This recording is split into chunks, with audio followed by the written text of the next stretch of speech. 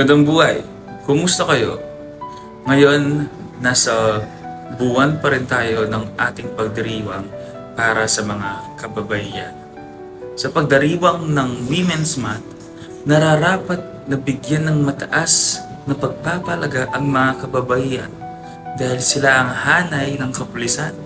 Sila ay simbolo ng tapang, dedikasyon at malasakit sa kanilang tungkulin bilang tagapagtanggol ng batas at kapayapaan sa komunidad. Ang kanilang papel sa mga women's desk at mga programa nagtataguyod ng karapatan ng kababaihan ay nagpapakita ng kanilang malasakit sa mga nabiktimang mga kababaihan.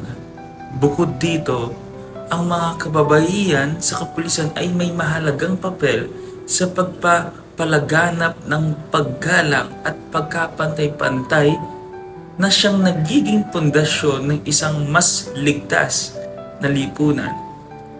Ang mga kababaihan sa kapulisan ay hindi lamang nagtatanggol ng batas, kundi sila rin ay mga tagapagsulong ng mga hakbang upang mapabuti ang kalagayan ng mga kababaihan at pamilya sa ating bansa.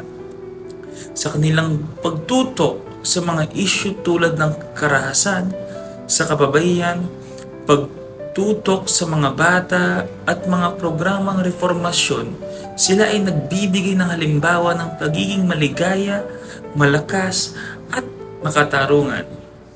Sa pamamagitan ng kanilang trabaho at mga insaytiba, ipinapakita nila na ang kababaihan ay may kakayahang maging mga lider sa kapulisan at magbigay ng inklusibo at makatarungang pananaw sa mga isyu ng kapayapaan at kaayusan.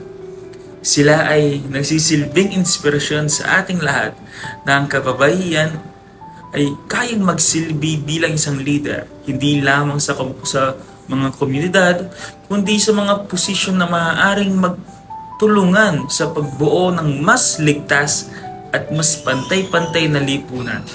Sa kabila ng lahat, ang pagkapantay-pantay ng kasarian at kapayapaan ay nagiging tunay na makatarungan para sa lahat. Magandang buhay po sa inyo lahat at maraming salamat po.